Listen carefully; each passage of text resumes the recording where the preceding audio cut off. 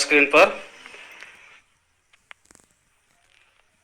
आज का प्रश्न है पहला, नादिर शाह ने किसके शासनकाल में भारत पर आक्रमण किया था?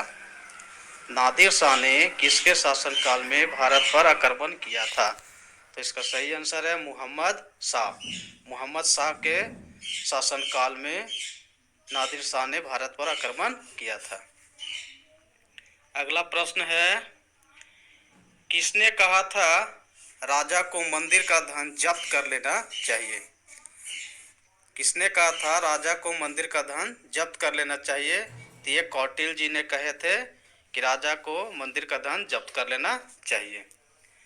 अगला प्रश्न है, चंगेज खान ने किसके शासनकाल में भारत पर आक्रमण किया था? चंगेज खान ने किसके शासनकाल में भारत पर आक्रमण किया था? इल्तुतमिश के शासनकाल में चंगेज खान ने भारत पर आक्रमण किया था। अगला प्रश्न है, वर्धमान को महावीर अथवा जिन क्यों कहा जाता है? वर्धमान को महावीर अथवा जिन क्यों कहा जाता है? तो जो सुख दुख पर विजय पाले उनको महावीर कहा जाता है। वर्धमान जी सुख दुख पर विजय पा लिए थे, इस कारण से उनको महावीर या जिन कहा गया। अगला प्रश्न है, घसीटी बेगम, राजवल्लभ, शौकत जंग किसके प्रधान शत्रु थे? घसीटी बेगम, राजवल्लभ और शौकत जंग किसके प्रधान शत्रु थे, दुश्मन थे? तो इसका सही आंसर है सिराजुद्दौला के। सिराजुद्दौला के प्रधान शत्रु थे।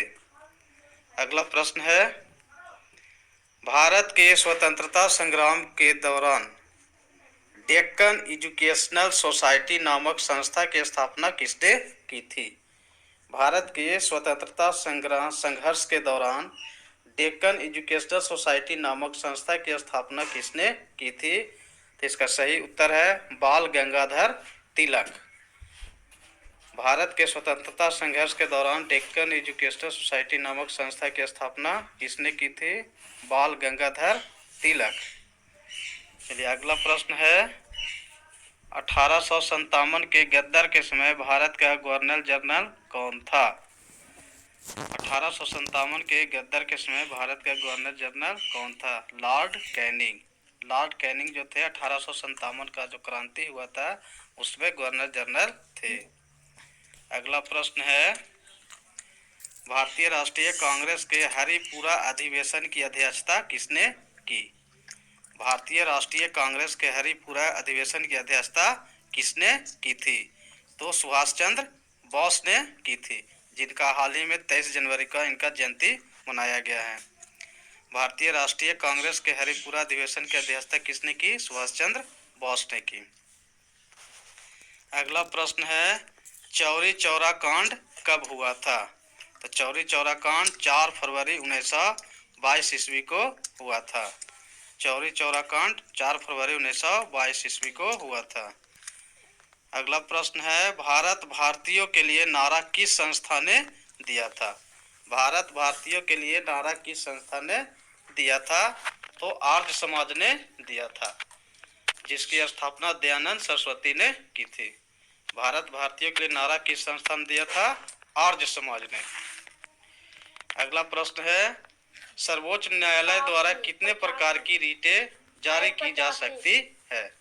सर्वोच्च न्यायालय द्वारा कितने प्रकार की रीटें जारी की जा सकती है? 5 प्रकार की। सर्वोच्च न्यायालय द्वारा कितने प्रकार की रीटें जारी की जा सकती है? 5 प्रकार की। अगला प्रश्न है, मौलिक कर्तव्य की संख्या कितनी है? तो मौलिक कर्तव्य की संख्या 10 है। ये पहले 10 ही था, लेकिन 2002 में 86वें संविधान संशोधन के द्वारा एक मौलिक कर्तव्य और जोड़ दिया गया। कुल मिलाकर 11 मौलिक कर्तव्य हो गया है। यदि ऑप्शन में 11 मिले तो 11 ही मारना है, यदि नहीं ऑप्शन में 11 रहेगा तो 10 ही लगाना है। तो मौलिक कर्तव्य की संख्या कुल मिला के वर्तमान में 11 हो गया है।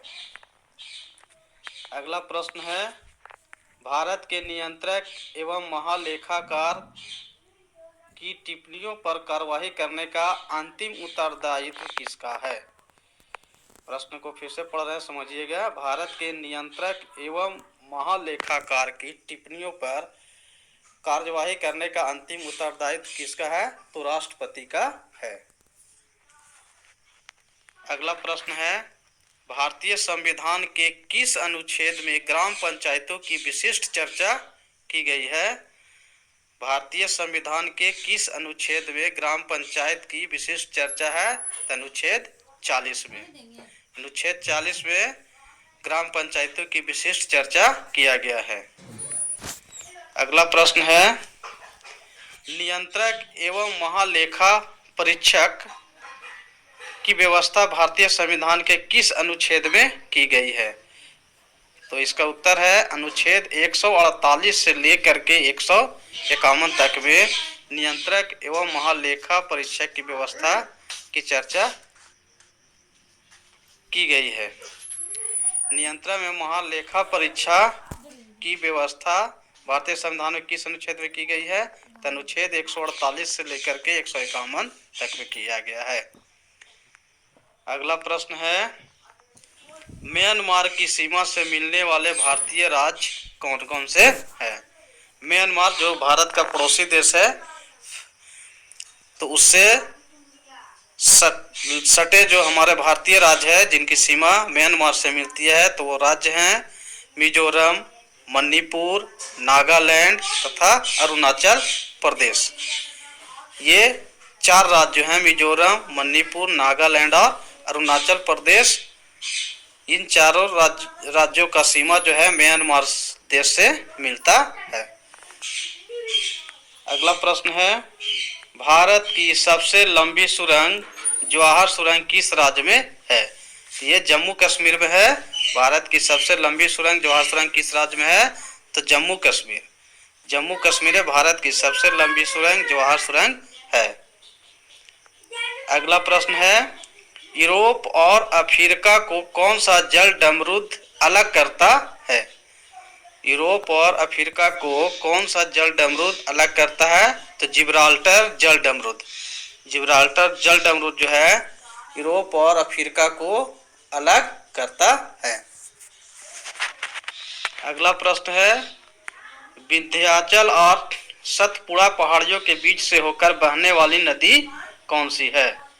विंध्याचल और सतपुड़ा पहाड़ियों के बीच से होकर बहने वाली नदी कौन सी है? तो नर्मदा नदी। नर्मदा नदी जो है विंध्याचल और सतपुड़ा की पहाड़ियों के बीच से होकर बहती है। अगला प्रश्न है, कौन सी बैंक विदेशी मुद्रा अकाउंट्स ऑपरेट करने के लिए अधिकृत है? कौन सी बैंक विदेशी मुद्रा अकाउंट्स ऑपरेट करने के लिए अधिकृत है? तो केवल राष्ट्रीयकृत बैंकें, जो नेशनलाइज बैंक होते हैं, वही विदेशी मुद्रा को ऑपरेट कर सकते हैं। अगला प्रश्न है, इन्वेस्टर प्रोटेक्शन फंड किस संस्था ने स्थापित किया है? इन्वेस्टर प्रोटेक्शन फंड किस संस्था ने स्थापित किया है? तो सेबी ने। सेबी एक संस्था है जो इन्वेस्टर प्रोटेक्शन फंड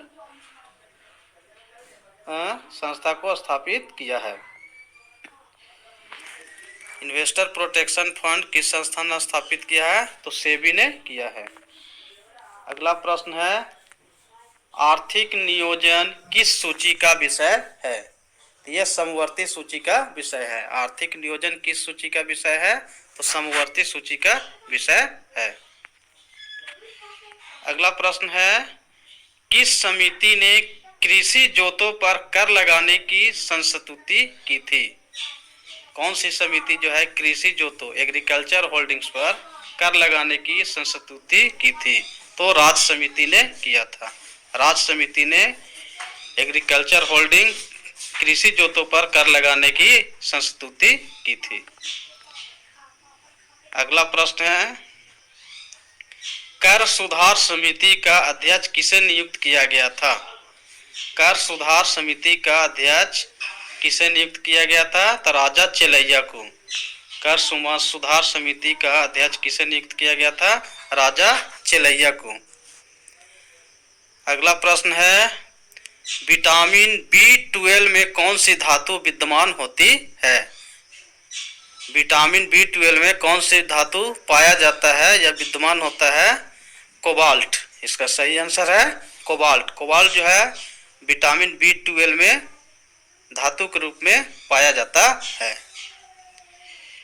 अगला प्रश्न है वायुमंडल में कौन सी निष्क्रिय गैस सर्वाधिक मात्रा में होती है? वायुमंडल में कौन सी निष्क्रिय गैस सर्वाधिक मात्रा में है? तो इसका सही आंसर है ऑर्गन गैस। ऑर्गन गैस जो है वायुमंडल में निष्क्रिय गैस के रूप में सर्वाधिक मात्रा में उपलब्ध है। अगला प्रश्न है किसकी कमी के कारण दांतों का क्षरण होने लगता है? इसका सही आंसर है फ्लोरीन की कमी के कारण। किसकी कमी के कारण दांतों का क्षरण होने लगता है? तो फ्लोरीन के कमी के कारण। अगला प्रश्न है प्रकाश संश्लेषण की प्रक्रिया की समाप्ति पर बने पदार्थ कौन है? प्रकाश संश्लेषण की प्रक्रिया की समाप्ति पर बने पदार्थ कौन है? तो ग्लूकोज, पानी और ऑक्सीजन जो प्रकाश संश्लेषण की प्रक्रिया पर बने हैं। ग्लूकोज, पानी और ऑक्सीजन। अगला प्रश्न है निकट दृष्टि के दोष के निवारण के लिए किस प्रकार के लेंस का चश्मा दिया जाता है? निकट दृष्टि दोष के निवारण के लिए किस प्रकार के लेंस का चश्मा दिया जाता है? तो अवतल लेंस का। निकट दृष्टि दोष के लिए किस प्रकार के लेंस का चश्मा दिया जाता है? तो अवतल लेंस का चश्मा दिया जाता है। अगला प्रश्न है कोई व्यक्ति दूर की वस्तुओं को तो स्पष्ट देख सकता है परंतु पास की वस्तुओं को स्पष्ट देखने में कठिनाई का अनुभव करता है, उसकी दृष्टि में क्या दोष है? तो उसका सही आंसर है दूरदृष्टि दोष। इसको समझने का एक ही तरीका है, इसमें एकदम उल्टा होता है। यदि आपको नज़दीक की वस्तु नहीं दिखाई देता है, स्पष्ट नहीं देख पाते हैं, तो आपको दूर का दृष्टि दोष है। और यदि आप दूर की वस्तु साफ साफ नहीं देख पाते हैं तो आपको निकट दृष्टि दोष है। इसमें अपोजिट होता है, यदि दूर का वस्तु नहीं दिखाई देता है तो निकट दृष्टि दोष है, और यदि निकट की वस्तु नहीं दिखाई देता है तो दूर दृष्टि है। चलिए अगला प्रश्न है कुंडापुर एवं करवार कच्छ वनस्पति स्थान स्थित है किस राज्य में? तो इसका सही उत्तर है कर्नाटक में। कुंडापुर एवं करवार कच्छ वनस्पति कहाँ स्थित है? कर्नाटक राज्य में स्थित है। अगला प्रश्न है संयुक्त राष्ट्र संघ की स्थापना कब हुई थी? संयुक्त राष्ट्र संघ की स्थापना कब हुई थी? तो 24 अक्टूबर 1945 ईस्वी को। संयुक्त राष्ट्र संघ की स्थापना कब हुई थी? 24 अक्टूबर 1945 ईस्वी को हुआ था। अगला प्रश्न है the science of Bharatanatyam the science of Bharatanatyam पुस्तक किसने लिखी? इसका सही उत्तर है सरोजा वैद्यनाथन ने। द साइंस ऑफ भरतनाट्यम पुस्तक किसने लिखी? सरोजा वैद्यनाथन ने। इसका सही आंसर है द साइंस ऑफ भरतनाट्यम के लेखक सरोजा वैद्यनाथन। अगला प्रश्न है संयुक्त राष्ट्र संघ की महासभा की प्रथम महिला अध्यक्ष कौन थी? संयुक्त राष्ट्र संघ की महासभा की प्रथम महिला अध्यक्ष कौन थी? विजया लक्ष्मी पंडित। संयुक्त राष्ट्र संघ की महासभा की प्रथम महिला अध्यक्ष कौन थी? विजया लक्ष्मी पंडित। अगला प्रश्न है भारत की प्रथम बहुउद्देशीय परियोजना किस नदी पर बनाई गई थी? भारत की प्रथम बहुउद्देशीय परियोजना किस नदी पर बनाई गई थी? इसका सही उत्तर है दामोदर नदी पर। भारत की प्रथम बहुउद्देशीय परियोजना दामोदर नदी पर बनाई गई थी। अगला प्रश्न है भारत में प्रथम स्थापित परमाणु संयंत्र कौन सा है? भारत में प्रथम स्थापित परमाणु संयंत्र कौन सा है? तो तारापुर परमाणु संयंत्र है। भारत में प्रथम स्थापित परमाणु संयंत्र कौन सा है? तो तारापुर परमाणु संयंत्र है। अगला प्रश्न है एलोरा के प्रसिद्ध कैलाश मंदिर का निर्माण किसने करवाया था? एलोरा के प्रसिद्ध कैलाश मंदिर का निर्माण किसने करवाया था? राष्ट्रकूट शासक कृष्ण प्रथम ने।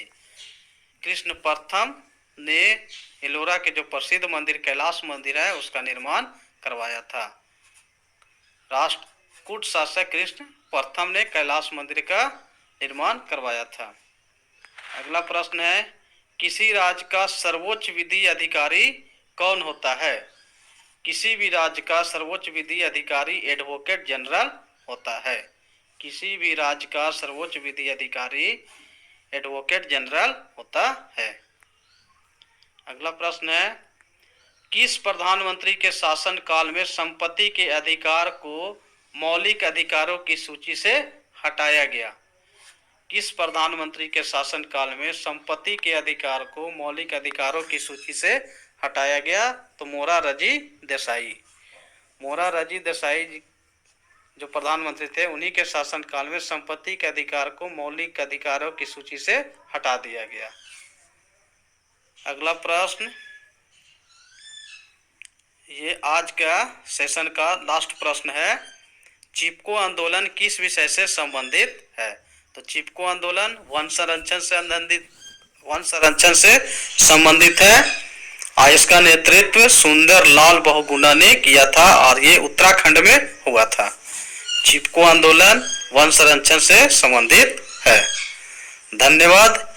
आज का वीडियो आपको पसंद आया तो कमेंट जरूर कीजिएगा।